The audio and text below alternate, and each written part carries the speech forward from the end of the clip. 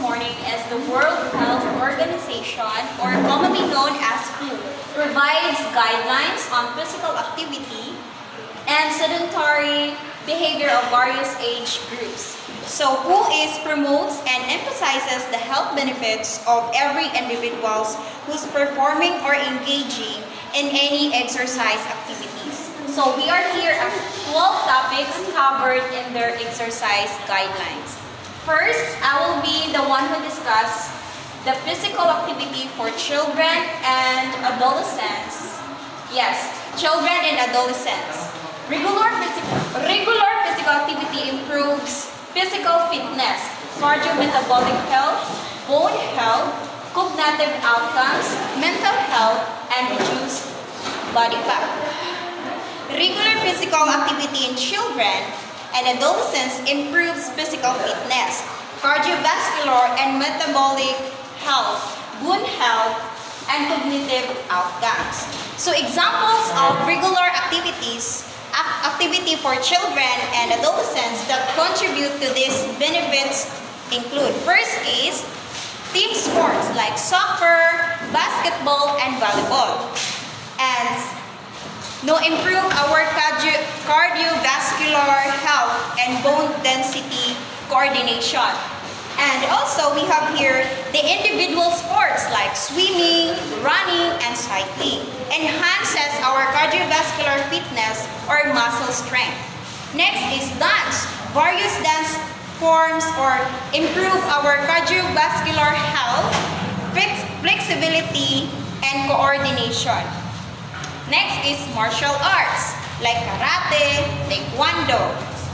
Next, this is commonly example of our children activity like active play, activity like tug, hopscotch, and playground games. It promotes physical activity and social interactions. So good morning, ma'am. So my name is Jeremy Ensemini. So let's proceed the physical activity for adults. So regular physical activity reduces the risk of all-cause mortality, cardiovascular disease mortality. So incident hypertension, incident site-specific cancer, incident type 2 diabetes, and all falls. So moving your body regularly is important for adults. It's help you stay healthy, so feel good and have more energy. Think of it as a giving your body a good. So physical activity for adults. So this is an example where you can do many things like walking, running, swimming, dancing, and playing sports. So even doing chores around the house counts. Good morning, ma'am. My name is Ferdinand Cospisabes, and I'm going to tackle the guidelines of physical activities.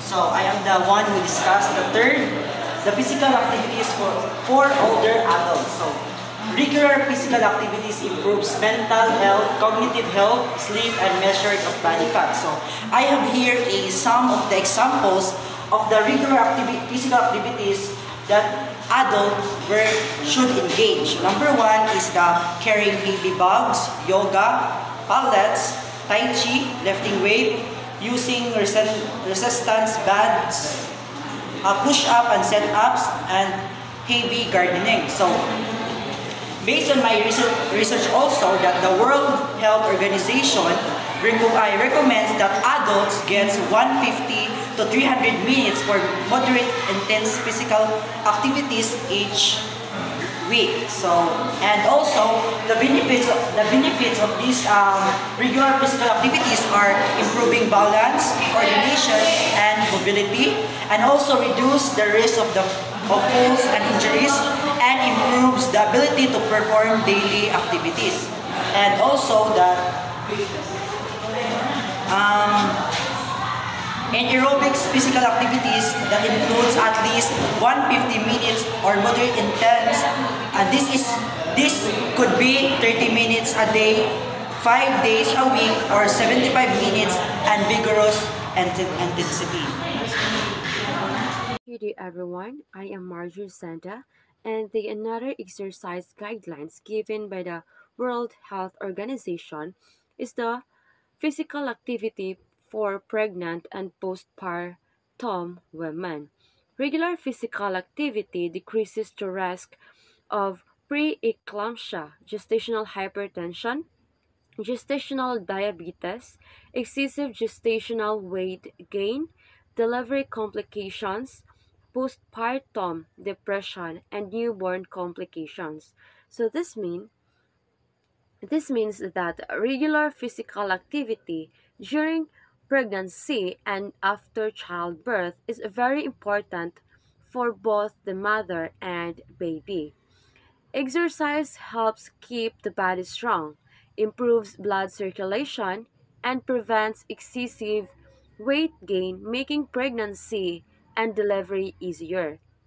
It lowers the risk of high blood pressure and gestational diabetes, which can cause serious health problems for both the mother and baby.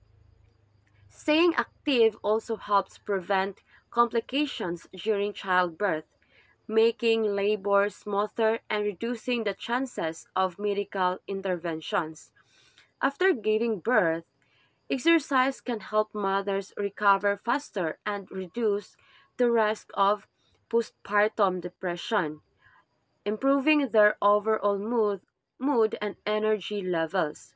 Additionally, a healthy and active pregnancy supports the baby's growth and reduces the risk of premature birth or low birth weight. However, pregnant women should always check with their doctor before starting or continuing any exercise routine to ensure safety for both themselves and their baby. And that's all. Okay, good day everyone and good day to you ma'am. I am the reporter of number 5, sedentary behavior. So my name is Clark A. Gargot. My topic is higher amounts of sedentary behavior are associated with poor health outcomes. So sedentary behavior, this is a behavior that you are risking or increasing some diseases because you are not availing or attaining exercises. Like for example, types of sedentary behavior, yung watching TV, lying in the bed, sleeping, riding a vehicle in long periods of time, or sitting in the classroom in a period of time. That is sedentary behavior. So how can we reduce sedentary behavior? We can reduce sedentary behavior by engaging in many exercises like physical activity or any other to help you gain in healthy and life benefits and exercises activities, because when you perform physical or any kind of activities, it will help you reduce the rest of sedentary behavior, because sedentary behavior is the cardiometabolic health, fitness, and behavioral conduct prosocial behavior. So it means sedentary behavior is characterized by prolonged periods of sitting or lying down with minimal energy. And by understanding sedentary behavior, by understanding it, that is associated with sedentary behavior and incorporates physical activity into daily life individuals, can reduce the risk of chronic disease and improve overall and health well-being. So that is sedentary behavior. So importance of this, we can, if you don't want to be an unhealthy person, so you need to gain or avail in exercise activities daily or not daily, within just like or 3 times a week. That is your daily activities within a week. So that's all. Thank you. Good morning, ma'am. My name is Martin Triante Cardosa. Please proceed 6 guidance of WHO. Muscle retaining activities are beneficial for everyone regardless of age. They can improve mental health, physical health, and mental well-being, and overall quality of life. For example, push up, sit up, and pull up. Aerobic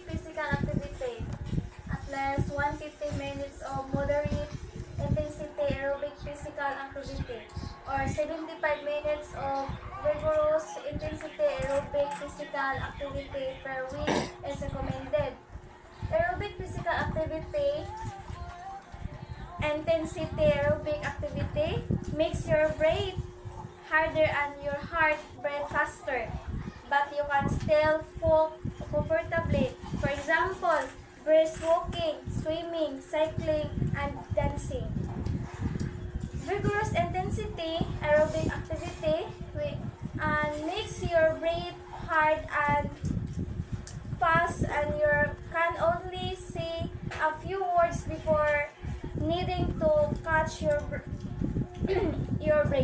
Example, jogging, running, and playing sports. That's all. Thank you. Good morning, Mom. I am here in front of you to report about the conclusion of the topic, number 8, World Health Organization, the recreational physical activity. Recreational physical activities such as walking, cycling, and sports can be done at any level of skills and for enjoyment. So recreational activity, any kind of physical movement that create enjoyment and fun, like as mentioned, for example, the walking, cycling, and jogging. So those are the recreational activity, and or even doing household chores. So it can be and any kind of physical activity that create a physical movement. So that's that. Good morning, ma'am. Good morning, classmates. So let's proceed to physical activity at work.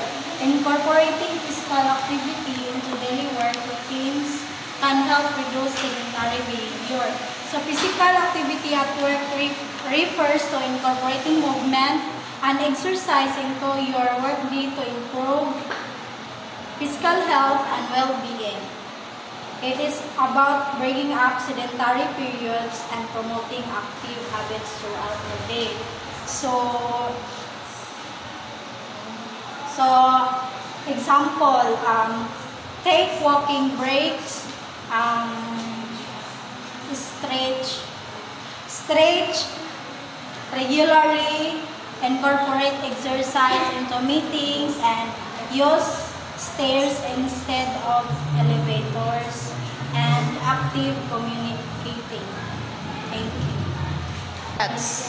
So let's proceed physical activity for people with chronic conditions.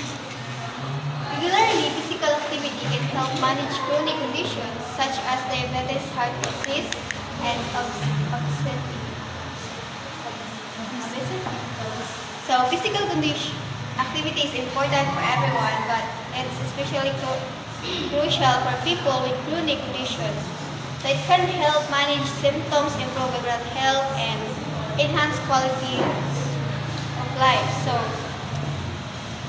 example of physical chronic conditions: low impact exercise, walking, swimming, water, aerobics, cycling, and yoga are gentle on joints and suitable for people with arthritis, osteoporosis, and back pain.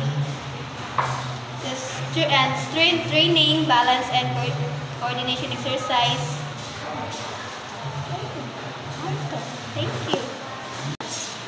Good day, ma'am. I am Laurel Kilat, and I am tasked to discuss the 11th guideline of World Health Organization on physical activity. So, monitoring and evaluation. Regular monitoring and evaluation of physical activity levels can help progress and identify area for improvement. So, the 11th guideline of World Health Organization emphasizes the monitoring and evaluation of physical activity levels to ensure individuals and communities maintain an active lifestyle and improve their overall health. So, this means that regularly assessing physical activity levels can help track progress, identify trends, and determine areas that need improvement. So, for example, In personal level, we can use a fitness tracker or a mobile app to record our daily steps, heart rate, and adjust our workouts. In school level, a PE teacher will track students' progress and physical activities. So, another level, in the workplace level, companies can implement wellness programs to their employees, and they can survey every 3 months to track their progress. In government, health agencies can collect nationwide data to improve policies. So, regular monitoring and evaluation of physical activity helps individuals, schools, workplaces, and governments track progress, identify challenges, and improve strategies. So, by assessing activity levels, necessary adjustments can be made to promote a healthier and more active lifestyle. That's all. Thank you.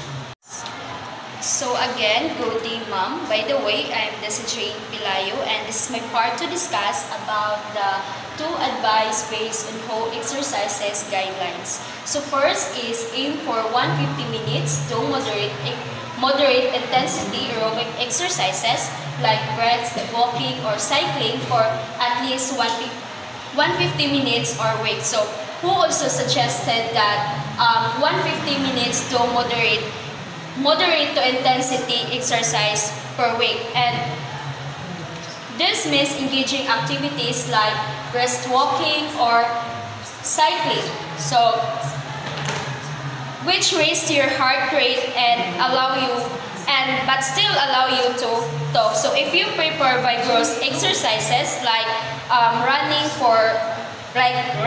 or kanang fast cycling, so you can aim for at least 75 minutes per week instead. So next is strengthen your muscles. So incorporate muscle straightening activities like weightlifting or bodyweight exercises into your routine at least 2 times a week. So who also recommends that muscle straightening activities at least twice a week. So this includes kanang exercises like weightlifting and push-ups or squat, no?